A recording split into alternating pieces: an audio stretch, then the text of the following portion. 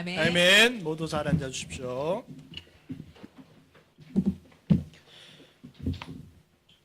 아멘. 여러분 반갑습니다. 이제 진짜 봄이 온 것 같아요. 그죠? 많이 따뜻해졌습니다. 이사를 하고 나서 물질 갔다서 몸이 아파가지고 고생을 좀 많이 했습니다. 요번에 제가 아프면서 느꼈던 게 뭐냐면, 사람들이 그러잖아요. 많이 아프면 빨리 하늘나라 가고 싶다. 이번에 제가 처음 그렇게 느꼈어요. 그래가지고 누워도 아프고 서 있어도 아프고 앉아 있어도 아프고, 그러니까 아내가 진짜 아플 때 그냥 겸손하게 그냥 아픈 걸 인정하고 TV나 좀 보면서 쉬라고 그럽니다. 근데 TV를 봐도 아프니까 잘 안 들어오는 거예요. 막 머리도 아프지, 막 토하려고 하지, 위는 아프지, 가슴도 허리도 아프지. 이게 다 그 몸살처럼 와가지고 막 그 음식도 못 먹고, 그러니까 이렇게 하고 있으니까 정말 너무 괴롭더라고요. 그러면서 제가 느꼈던 게 뭐냐면, 정말 우리가 하늘나라의 소망을 가진 것이 참 놀라운 하나님의 큰 축복이고 은혜다라는 생각을 하게 되었습니다. 이제 3월이 들어서 여러분 마음이 어떻습니까? 네. 이제 3월이 들면서 이제 나이 든 사람들은 이제 계절이 바뀌면 몸이 좀 아프거든요, 사실은. 젊은 사람들이 이제 3월이다. 그리고 이제 고3들은 이제 본격적인 내가 대학 입시를 위해서 준비해야겠다부터 시작해서, 또 직장 다니는 사람은 정말 이 봄에 새롭게 내가 열심히 해서 올해 내가 이루어야 할 것을 이루어야겠다는 생각들을 많이 하게 될 것입니다. 우리가 학교, 또 직장, 가정, 교회 생활 여러 일을 해가면서 우리는 여러 일을 감당하고 있습니다. 그러면서 때로는 그것이 우리에게 큰 축복이기도 하지만 우리에게 너무나 무거운 짐이 되기도 해요. 책임감이 되기도 합니다. 엄마 아빠가 됐다는 건 참 좋지 않은 거잖아요. 그렇지만 때로는 부모로서의 책임감이 있습니다. 또 직장에서 내가 그 직장의 일원으로서 또 직책과 직무를 감당하면서 그것이 큰 축복이기도 하지만, 예전에 그 직장이 없어서 어려움을 겪었지만 그 일이 또 나에게 또 책임감으로, 무거움으로 다가오면서 하나님이 은혜와 축복으로 주신 것이 때로는 내 삶을 흐릿하게, 초점을 잃어버리게 만들 때도 있습니다. 때로는 내 삶에 너무나 큰 기쁨이 있습니다. 때로는 내 삶에 너무나 어려움이 있습니다. 그래서 그 기쁨과 어려움을 통해서 하나님이 나를 왜 선택하셨고 나와 무엇을 하시기를 원한지를 잃어버릴 때가 있게 되는 거죠. 때로는 나에게 주신 것을 지키려고 하고, 때로는 나에게 이루어야 할 것을 준 것을 통해서 그것을 이루기 위해 그 과정을 열심히 하다가 나의 초점을 잃어버릴 때가 있습니다. 어쩌면 2025년을 시작하면서 우리는 너무 놀라운 시간을 보내겠다고 했지만 우리의 초점이 흐려지고 있지는 않은지, 우리의 마음을 점검해 볼 필요는 있습니다. 함께 이사야서 55장 3절입니다. 저는 이것이 굉장히 큰 격려가 되는 구절이었는데, 이게 우리 요번에 영피들하고 캠퍼스하고 인터내셔널이 함께 가서 수련했을 때 메인 구절이었어요. 저도 이 말씀을 계속 묵상하면서 말씀을 준비했었는데, 너희는 귀를 기울이고 나에게 와서 들어라. 그러면 너희 영혼이 살 것이다. 때로는 우리의 마음이 너무 분주하고, 때로는 우리 마음속에 무엇을 해야 할 것에 압도되어질 때가 있습니다. 그때 성경은 우리에게, 주님이 성경을 통해서 우리에게 말씀하시기를, 너희는 나에게 와서 귀를 기울이고 와서 들으면은 너희의 영혼이 쉬게 될 것이라고, 평안할 것이라고 얘기하고 있습니다. 내가 너희와 영원한 언약을 맺겠으니 이것은 곧 다윗에게 베푼 나의 확실한 은혜다. 여러분, 이 3월을 시작하면서 벅찬 마음이 있다면, 내가 어디로 가고 있지? 왜가 내 마음이 이렇게 무겁지? 어떤 것은 무엇을 해야 할 것에 압도되어져 있다면 오늘 주님에게 가서 쉼을 얻을 수 있고 내가 어디로 가야 하는지를 알 수 있기를 바라고 싶습니다. 이 세상에서도 굉장히 중요하게 여기는 것이 있습니다. 선택과 집중이 중요하다고 해요. 우리는 좋은 선택을 했습니다. 주님께 가는 방향을 선택한 거였어요. 근데 우리가 그 선택을 한 것에 집중하지 않았었을 때, 때로는 하나님이 우리에게 주신 많은 축복과 은혜가 우리의 초점을 흐려서 선택은 바르게 했지만 분주해지고 어디로 가야 할지 모르고 갈팡질팡하며 내 주변 사람을 바라보며 열등감과 불안함과 초조함 속에서 우리의 삶을 낭비할 수 있다는 것입니다. 오늘 저는 그래서 무엇을 초점을 맞춰야 할지 이 3월을 시작하면서 이 부분에 대해서 여러분과 이야기를 나누고, 어쩌면 저에게 필요한 말씀이었죠. 자, 오늘 저의 제목은 주님과 함께.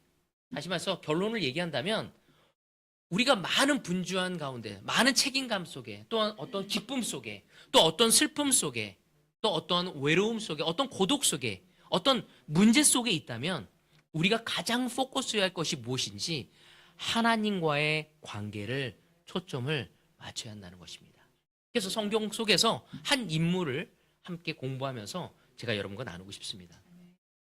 오늘 부제로는 아브라함의 믿음과 의예요. 성경은 아브라함의 의에 대해서, 아브라함의 믿음에 대해서 너무 놀랍게 설명을 하고 있습니다. 창세기 15장 6절에 보면 이렇게 얘기하고 있습니다. 아브라함이 주님을 믿으니 주님께서는 아브라함의 그런 믿음을 의로 여기셨다. 참으로 놀라운 구절이 있습니다. 하나님이 아브라함을 어떻게 여기고 있다고요? 의롭게 여기고 있다고 얘기하고 있어요. 왜 의롭게 여겼대요? 아브라함이 누구를 믿었대요? 주님을 믿으니 이것을 하나님이 보시고 그를 의롭게 여기셨다고 얘기하고 있습니다. 자, 아브라함이 무엇을 믿었길래 하나님이 그를 의롭다고 선포하셨고 의롭다고 여기셨을까요? 아브라함이 무엇을 믿었기에? 주님의 약속을 믿었기 때문에. 저는 한번 생각했습니다. 하나님이 아브라함이 무엇을 보고 의롭다고, 무엇을 믿었기에 의롭다고 여겼을까? 여러분, 아브라함이 자신의 죄의 값을 하나님이 그걸 치루시고 대신 마련하셨을 것을 믿었을까요? 아브라함은 그건 믿진 않았어요. 우리는 사실 의로움을 믿을 때 하나님이 아들을 이 땅에 보내셔서 십자가 못 박혀 돌아가셔서 우리는 그걸 믿었기 때문에 그 믿음을 통해서 주님이라 고백하는 것을 통해서 의롭게 여기고 세례를 통해서 죄의 용서를 받았잖아요. 근데 아브라함은 그게 아니잖아요. 아브라함은 하나님이 자신의 죄를 사해 줄 길을 마련했다는 것을 믿지 않았습니다. 그런데도 불구하고 하나님은 분명히 얘기하기를 그가 의롭다고 이야기하고 있어요. 그가 무엇을 믿었냐면 성경은 이렇게 얘기하고 있어요. 아브라함은 하나님이 자기에게 그 아브라함에게 아들, 그 상속자를 주실 것을 아브라함은 믿고 있었어요. 그리고 그 아기를 통해서 자신의 약속된 땅을 소유하게 될 것을 믿고 있었고 그 후손들이 많이 허락되어질 것을 믿고 있었다는 거죠. 이 말은 뭐예요? 아브라함의 믿음은 뭐에 근거한 거였죠?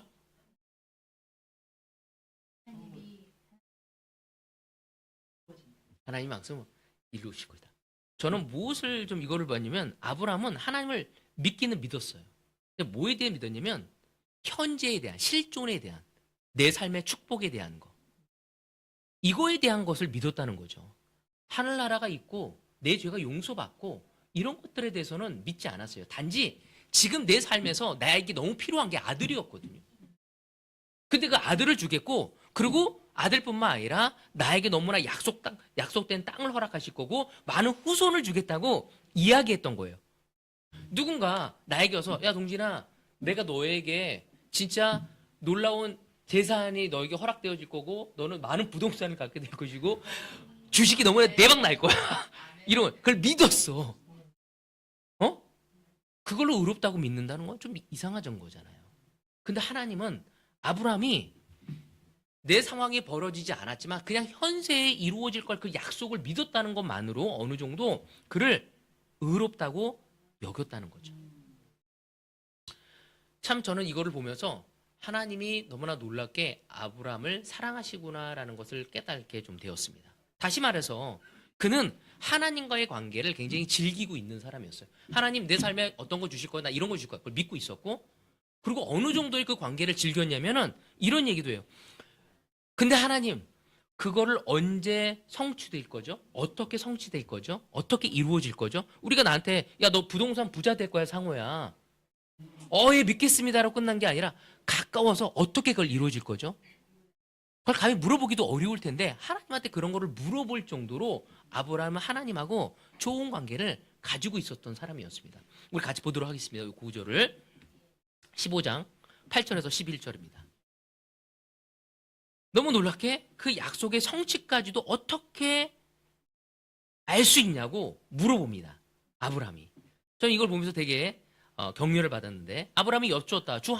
나의 하나님, 우리가 그 땅을 차지하게 될 것을 제가 어떻게 알 수 있습니까? 주님께서 말씀하셨다. 나에게 3년 된 암송아지 한 마리와 3년 된 암송아지 한 마리와 3년 된 수작 한 마리와 산비둘기 한 마리와 집비둘기 한 마리씩을 가지고 오너라. 아브라함이 이 모든 희생제물을 주님께 가지고 와서 몸통 가운데를 쪼개어 서로 마주보게 차려놓았다. 그러나 비둘기는 반으로 쪼개지 않았다. 솔개들이 희생제물을 위해 내려왔으나 아브라함이 쫓아버렸다. 하나님이 약속으로 뭘 하시려고 하는 거예요? 어떻게 이루어지냐고 물어보니까 어떻게 하려는 거예요? 뭔가를 보여주기 위해서 제사를 드리기 위해서 제사용 동물을 준비하라고 하십니다. 그래서 그는 어떻게 했어요? 준비를 다 했어요. 준비를 다 하면 어떻게 돼야 돼요? 바로 이루어져야 하잖아요. 근데 여기 보면 솔개들이 희생제물 위에 내려왔으나 아브라함이 쫓아. 이 말은 무슨 의미죠? 바로 그것이 지시한 대로 행동을 했지만 아브라함은 믿음이 있어서 그대로 했어요. 근데 하나님은 그 믿음대로 행한 그에게 바로 보여주지 않았다는 거예요. 솔개들이 와서 그 제단 위에 올라 앉아 있는 걸 보고 동물들에게 앉아 있는 걸 보고 흩어버려 쫓아버릴 수밖에 없었어요. 오랜 시간을 기다려야만 했던 거예요.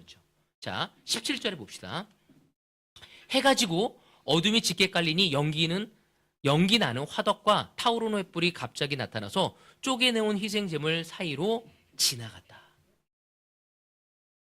이 말은 뭐냐면 해가 지고 어둠이 짙게 깔리니 모든 걸 하고 나서 한참 시간이 지난 다음에 하나님께서는 무에서 횃불을 만들어서 놀라운 역사를 이루시는 모습을 보여준 거예요. 하나님이 약속을 보여준 거예요. 내가 너의 징표로 이거를 해주겠다. 이게 내 약속의 징표다라고 하는데 그 아브라함이 다 하고 나서 시간이 필요로 했어요.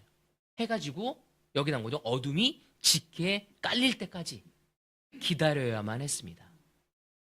때로는 하나님이 우리에게 약속을 하시고 나서 우리는 기다릴 수 있어야 한다는 거죠. 하나님 저에게 축복 주기로 했잖아요. 근데 왜 주지 않는 거죠? 내가 하나님 말씀대로 살아가는데 왜 내 삶에 왜 이런 것들이 잘 벌어지지 않는 거예요? 아브라함은 그렇지 않고 기다릴 수 있는 마음을 가진 사람이었다는 거죠. 여러분 이처럼 하나님은 이런 아브라함의 믿음을 보시고 놀랍다고 의롭다고 선언하신 것입니다. 내 약속을 이룰 것을 믿고 기다릴 줄 아는 마음. 근데 그 믿음은 단지 자기 삶의 현세에 대한 축복이야. 다른 것이 아니었어. 그래도 그것을 믿고 기다리는 그 마음을 보시고 하나님은 아브라함을 의롭다고 선언하였습니다. 이 의미가 천국에 갈 것을 선언한 걸까요? 아브라함이? 그거는 아니었어요. 그렇다면 아브라함은 지옥에 갈까요? 그렇지 않잖아요. 우리가 생각한 것은 분명히 믿는 것은 아브라함의 죄와 실패가 현재의 순간과 앞으로 지속될 모든 그 동반의 관계 속에서 아브라함은 늘 하나님과 함께 걸어가고 이야기하고 물어보고 답을 찾아가려고 하고 기다리면서 나아갔던 게 아브라함의 삶이었어요. 우리는 그것을 통해서 분명히 아는 거 뭐냐면 아브라함은 천국에 갔다는 걸 압니다. 이유는 그는 하나님과 놀라운 교제 속에서 갔기 때문에 그 하나님과 놀라운 교제를 간 사람이 지옥에 갔을 거라고 저는 생각하지 않는 거죠. 자, 그러면 다른 성경에 이 아브라함에 또 어떻게 언급하고 있는지 좀 같이 보도록 합시다. 역대하 20장 7절. 우리 하나님 주님께서는 전에 이 땅에 사는 사람들을 주님의 백성 이스라엘 앞에서 쫓아내시고 그 땅을 주님의 벗 아브라함의 자손에게 길이 주신 분이 아니십니까? 이사야서 41장 8절. 그러나 나의 종 너의 이스라엘아, 내가 선택한 야곱아, 나의 친구 아브라함의 자손아. 야고보서 2장 23절. 그래서 아브라함이 하나님을 믿으니 하나님께서 그것을 아브라함의 의로움으로 여기셨다고 한 성경 말씀이 이루어졌고, 또 사람들이 그를 하나님의 법이라고 불렀습니다. 성경은 곳곳에 무엇을 설명하고 있냐면 아브라함을요, 하나님의 친구라고 표현을 하고 있습니다.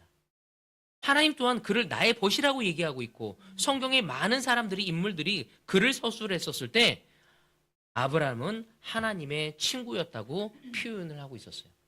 아브라함의 놀라운 믿음과 의가 어떻게 가져갈 수 있었냐면 어쩌면 이기적인 걸 수도 있는 거거든요. 남을 위해서 봉사하겠다는 것도 아니고 자신의 축복을 준 것에 대해서 얻기 위한 그 믿음만을 가졌는데도 불구하고 하나님은 의로 여기셨어요. 그 이유가 뭐였냐면 하나님이 그를 벗으로 여겼던 건 뭐냐면 그 정도로 가까운 관계를 가져갔다는 거죠. 아브라함 삶 속에 많은 문제가 있었고 해결해야 할 게 많았지만 그는 늘 함께 동행하는 자였어요. 하나님 그다 축복 줄 거예요? 어떻게 줄 거예요? 내가 더 기다려야 돼요? 근데 왜 주지 않는 거죠? 그런 수많은 대화를 통해서 하나님과 늘 함께 가는 친구였고, 그 친구였던 그 아브라함은 하늘나라 이 지상에서의 살아가는 삶뿐만 축복이 아니라 하늘나라까지 올라가서도 하나님 곁에서 그 은혜 속에 있을 수 있는 인물이 되어졌고, 지금은 우리의 믿음의 조상이 되어진 겁니다. 아브라함이 놀라웠던 것은 다른 사람보다 더 놀라운 뜻을 갖고 마음을 가진 자가 아니었다는 거였죠. 단 하나, 아브라함 속에 너무 놀라운 거는 뭐냐면 하나님과 함께 걸어가는 친구였다는 거예요. 실수도 많이 하고. 우리가 아브라함 보면서 너무 많이 실수하잖아요. 자기 아내를 다른 남자 방으로 자기 두려워서 집어넣기까지도 하고 그런 실수까지 했던 친구였지만 그는 늘 하나님께 가서 답을 듣고 걸어가는 놀라운 사람이었다는 것입니다. 요한복음 15장. 이제부터는 내가 너희를 종이라고 부르지 않겠다. 종은 그 주인이 무엇을 하는지를 알지 못한다. 나는 너희를 친구라고 불렀다. 내가 아버지에게서 들은 모든 것을 너에게 알려주었기 때문이다. 아멘. 예수의 사역에 우리가 깊이 들어가서 보면은 그분은 우리를 무엇을 하고자 하냐면 그분의 친구가 되는 것에 굉장히 역점을 뒀다는 것을 볼 수 있습니다. 하나님의 아들 예수님까지도 이 땅에 내려오셔서 우리에게 하고자 하는 게 무엇이냐면 너희는 이제 나의 친구라고. 그러니까 하나님도 그렇고 예수님도 그렇고 끊임없이 이 땅에 오셔서 또 하늘에서 사람들에게 이야기하는 게 뭐냐면 내가 너와 함께 걸어가는 친구가 되고 싶다는 것을, 그 우정을, 그 관계의 사랑을 가져가고 싶은 것을 우리에게 끊임없이 이야기하고 있는 거죠. 하나님께 놀라운 믿음을 가졌고 또 의로움을 가졌다고 인정을 받을 수 있는 것은 놀라운 의로운 행동도 아니고 놀라운 믿음의 놀라운 역사를 행할 수 있는 어떤 결과물을 가져온 것이 아니라 그분과 동행하는 사람들은 바로 친구이고 벗이 되어서 의로웠다는 인정을 받을 수 있을 뿐만 아니라 믿음 또한 가져갈 수 있음을 이야기하고 있습니다. 그만큼 하나님은 우리와의 관계를 포커스하고 있는 거죠. 어쩌면 오늘 이 예배를 드리면서도 하나님은 우리 한 사람 한 사람에게 원하는 게 무엇일까요? 맞아요. 다름 아니라 믿음보다 관계예요. 관계가 생겼을 때 믿음이 생겨요. 믿음은 우리 스스로 가지려고 할 때 잘 안 생기잖아요. 여러분 그렇지 않습니까? 우리가 성경 공부할 때도 이 사람이 믿음을 갖기로 하는데 야 믿음을 가져라, 그래서 믿음이 생기는 게 아니에요. 근데 너무 놀랍게 그 사람이 자기가 가진 걸 모든 걸 버리고 제자가 되겠다 결정하잖아요. 그 이유는 뭐냐면 그가 성경 공부를 통해서 하나님과 교제를 통해서 그런 결정을 내릴 수 있게 되는 거예요. 마음의 변화가 생기게 되는 거예요. 저는 우리의 삶의 많은 바쁜 가운데 우리가 해야 할 것이 무엇일지, 우리가 선택과 집중하는 것 중에 하나가 뭐냐면 하나님과의 관계라는 것입니다. 마태복음 10장 42절에 보면 제가 굉장히 큰 격려받은 구절인데, 내가 진정으로 너희에게 말한다. 이 작은 사람들 가운데 하나에게 내 제자라고 해서 냉수 한 그릇이라도 주는 사람은 절대로 자기가 받을 상을 잃지 않을 것이다. 이게 무슨 말이에요? 너희가 나의 친구에게 잘해주면 내가 너에게 상을 잃지 않게 도와주겠다.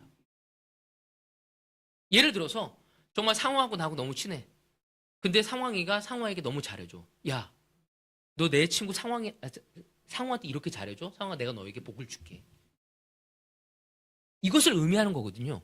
누군가 나에게 축복해줬었을 때 하나님, 야, 네가 동진이에게 그런 선함을 베풀었어? 내가 너를 도와줄 거야. 왜? 걘 내 친구야. 걘 내가 사랑하는 친구야. 라는 것을 표현하는 거거든요. 하나님이 나에 대해서, 우리에 대해서 어떠한 관계를 가져가길 원하시는지 다름 아닌 하나님은 관계를 포커스하고 싶어 하신다는 거죠. 우리가 교회를 다니면서 수많은 행사들이 있고 또 많은 모임들이 있습니다. 근데 하나님은 그 모든 것을 통해서 원하시는 바가 무엇인지 뭘까요? 관계예요. 너는 나와 좋은 관계, 넌 나의 친구야. 상수가 넌 나의 친구야. 너 외롭니? 내가 너와 함께 할게. 옆에서 상수기가 어려운 모습을 보고 경화가 격려를 줬어. 그럼 하나님이 어떻게 할까요? 경화를 축복하겠죠. 왜? 상수기는 내가 사랑하는 나의 친구니까. 여러분, 예수님은 분명히 우리에게 계속적으로 이야기하는 것이 무엇인지 이 관계를 통해서 너희 삶의 모든 것이 변화될 것을 이야기하고 우리가 힘을 받을 수도 있고요. 격려를 받을 수도 있고요. 위로를 받을 수도 있고요. 믿음을 가져갈 수 있고 우리 죄 해결도 이루어질 수 있습니다. 우리는 때로는 우리의 죄 해결을 우리의 마음속에 있는 많은 짐들을 우리 스스로 해결하려고 해요. 하나님 힘을 주세요 하고. 근데 하나님은 원하는 게 뭐냐면 나에게 힘을 줄 때 나와 함께 있었을 때 나와 함께 걸어갈 때 그때 힘을 주고 위로도 주고 모든 것을 해결해 줄 수 있다는 것을 보여주는 것입니다. 그래서 성경에서 우리에게 끊임없이 최대의 관점이 뭐냐면 너희들이 하나님에 대해서 살아있느냐 죽어있느냐는 얘기를 많이 하고 있어요. 하나님에 대해서. 그 말은 뭐예요? 하나님을 따르고 있는 사람들한테 살아있고 있냐 죽어있냐는 건 뭐냐면 하나님과 걷고 있냐 걷고 있지 않냐는 거예요. 살아있다는 건 뭐예요? 내 삶에 생명력이 있다는 것을 의미하는 거거든요. 그래서 바울도 서신서에 보면은 끊임없이 위에서 내려오는 생명을 너희들이 가져가야 함을 이야기하고 있어요. 더듬어 찾아가야 한다고 얘기를 하고 있습니다. 같이 보도록 하겠습니다. 요한일서 5장 11절에서 12절. 위로부터 오는 하나님의 그 친밀한 관계가 우리와 이루어졌을 때 우리 삶에는 생명력이 있을 수밖에 없습니다. 자, 요한은 그 편지를 해서 이런 이야기를 하고 있어요. 그 증언은 이것이니 곧 하나님이 우리에게 영원한 생명을 주셨다는 것과 바로 이 생명은 그 아들 안에 있다는 것입니다. 그 아들을 모시고 있는 사람은 뭐라고요? 생명을 가지고 있고 하나님의 아들을 모시고 있지 않은 사람은 생명을 가지고 있지 않습니다. 하나님이 우리가 영원한 생명을 주셨대요. 이 생명은 그 아들 안에 있대요. 그러니까 아들을 모시고 있는 사람은 뭐가 있는 거예요? 생명이 있다는 거죠. 그러니까 이 모든 얘기에서 강조할 점이 무엇이냐면 참으로 예수 그리스도를 믿는 것. 그런 삶에는 생명력을 가지고 있다는 거죠. 단지 그분을 믿고 간다는 것은 죄사함을 받고 그냥 교회에 나올 수 있는 은혜를 얻은 걸로 끝나지 않는다는 거예요. 생명력은 계속적으로 우리의 삶에 있어서 변화를 추구하고 생기를 갖다 주고 있다는 것을 의미하는 것입니다. 그러니까 참 예수님을 믿는다면 우리의 삶의 이러한 부분에서 우리는 끊임없이 그분께 의뢰할 수 있어야 하는 거죠. 내 직장 생활에서, 내 부부 관계 속에서, 내 자녀 관계 속에서, 내 직장 동료 관계 속에서, 내 이웃 관계 속에서 이 생명력을 허락해달라고 하나님께 기도하고 그 생명력으로 우리는 함께 교제하며 나갈 수 있어야 하는 것입니다. 하나님이 하시는 일과 우리의 삶의 내용은 아무 의미가 없을 때가 있다는 거죠. 우리가 그리스도를 믿는다고 하면서 그리스도의 뜻이 아니라 내 뜻대로만 한다면 하나님의 생명력을 가져갈 수 없는 것입니다. 너무 재밌는 것 중에 하나는 우리가 이런 이야기들을 하잖아요. 우리가 죽고 나면 저도 아플 때 생각했지만 이럴 바에는 빨리 하늘나라에 가는 게 낫겠다라는 생각을 제가 했다고 했잖아요. 그건 뭐냐면 하늘나라가 내가 죽으면 하늘나라에 갈 수 있다는 소망이 있는 거잖아요. 뭐 예를 들어서 우리 정미 자매가 너무 힘들어. 나는 하늘나라에 가고 싶다. 그렇게 얘기하는 이유는 뭐에 대한 믿음이 있다는 거예요. 내가 하늘나라에 천국에 갈 거라는 희망이 있는 거죠. 그리고 믿음이 있는 거잖아요. 그죠? 또 우리 수용 형제도 그런 희망이 있습니까? 아멘. 희망이 없습니까? 우리가 생각해 봐야 할 게 뭐냐면 우리가 모두 다 나는 죽으면 아마도 천국에 가지 않을까? 내가 뭐 이런 거 회개하지 않은 것이 있지만 이런 것도 회개하고 하나님께 간다면 난 분명히 하늘나라에 갈 수 있을 거야. 그런 희망이 있어요. 그래서 우리에게는 그거는 소망이고 아름다운 축복이라고 저는 생각합니다. 근데 여러분 이런 생각을 해본 적이 있어요? 내가 하늘나라에 대한 희망은 있는데 하늘나라에 하나님이 나를 내가 믿고 회개하고 가면 나를 하늘나라에 인도하실 것인데 내가 하나님을 믿고 따라갔을 때 하나님이 이 땅에서 나를 축복해 줄 거라는 건 믿음이 있습니까? 되게 아이러니한 것이 저도 그럴 때가 있는데 너무 힘들고 뭘 때 하늘나라에 가고 싶다라고 하는 건 뭐냐면 내가 내 마음속에는 희망이 있다는. 근데 내 삶에서 하나님의 믿음대로 살아가면 내 삶에 축복을 줄 거라는 것에 대해서는 더 믿음이 약함을 보게 돼요. 내가 믿음으로 내 자녀를 키웠을 때 내 아이들이 바르게 클 거다. 그 믿음이 잘 안 생겨요. 내가 믿음대로 해서 내 직장에서 축복을 받을 거다. 잘 생기지 않아요. 하늘나라에 대한 희망은 갔는데 내 자녀가 잘 될 거고 내 삶에서 내 직장 동료와 모든 부분에 있어서 하나님이 잘 될 거에 대한 믿음이 없다는 거죠. 너무 아이러니하지 않습니까? 저는 저에 대해서 생각하면서 되게 아이러니했어. 교회가 성장하고 하나님의 뜻에 놀라운 영광이 되어지고 정말 이 대구 땅에 이 대구교회가 놀라운 영향을 줄 것에 대해서 내가 믿음이 사라질 때가 있는 거야. 근데 왜 그게 사라질까? 하늘나라에 대한 믿음은 있는데 우리가 이런 두려움도 갖잖아. 이러다가 우리 교회에 나이든 7, 80세 허연 머리만 이제 까만 머리도 보이지 않고 그런 사람만 모일 거야. 근데 죽고 나면 하늘나라는 갈 거야. 그게 너무 이상하지 않아요? 아니 하늘나라에 갈 거는 믿는데 지금 이 땅에서 나를 통해서 하나님이 놀라운 역사를 할 거에 대해서는 믿지 않아요. 아브라함은 하늘나라에 대한 희망은 없었는데 이 땅에 대한 믿음이 있어서 의롭다고 여김을 받고 그 축복을 정말 받았거든요. 여러분 복음서에 말하는 그 복음이란 예수님이 나의 구원자뿐만 아니라 나의 삶의 주님으로서 내 삶을 통해 하나님의 영광을 드러내실 거라는 거거든요. 그는 하나님과 교제하는 사람만 가져갈 수 있는 거예요. 아브라함이 놀라웠던 것은 지금 그 삶을 살아가면서 눈에 보이지 않고 나이가 들고 쇠약해져 갔지만 하나님과의 교제가 있었기 때문에 그거를 믿었기 때문에 하나님이 의롭게 보신 거였어요. 이 3월을 시작하면서 우리가 하나님과의 교제가 왜 필요한지 성경은 우리에게 설득하고 있는 것입니다. 자, 요한복음 8장 같이 보도록 합시다. 요한복음 8장 56절. 너의 조상 아브라함은 나의 날을 보리라고 기대하며 즐거워하였고 마침내 보고 기뻐하였다. 여러분, 아브라함은 나의 날을 보리란 예수의 날을 볼 수 없었지만 그는 믿음으로 보고 기뻐하였다고 이야기하고 있습니다. 그만큼 하나님의 말을 믿고 바라보고 함께 기뻐할 수 있는 사람이었다는 거죠. 17장 3절 영생은 오직 한 분이신 참 하나님을 알고 또 아버지께서 보내신 예수 그리스도를 아는 것입니다. 저는 이 구절 또한 영생은 오직 한 분이신 영생이 뭐예요? 영원한 생명이잖아요. 그건 뭐냐면 내 삶에서 영원한 생명력이 있다는 것을 의미하는 거거든요. 그러니까 영원히 사는 것만을 의미하는 게 아니라 내 삶에 생명력이 있는 거예요. 내 삶이 고루해지지 않는 거죠. 내 삶이 고난이 오건 역경이 오건 생명력을 가져갈 수 있는 것을 의미하는 것입니다. 근데 이 영생은 누구한테 온다고요? 오직 참 하나님을 알고 또 아버지께서 보내신 예수 그리스도를 아는 것이라고 얘기했어요. 그러니까 그분을 알아갈 때 우리가 생명력을 가져갈 수 있다고.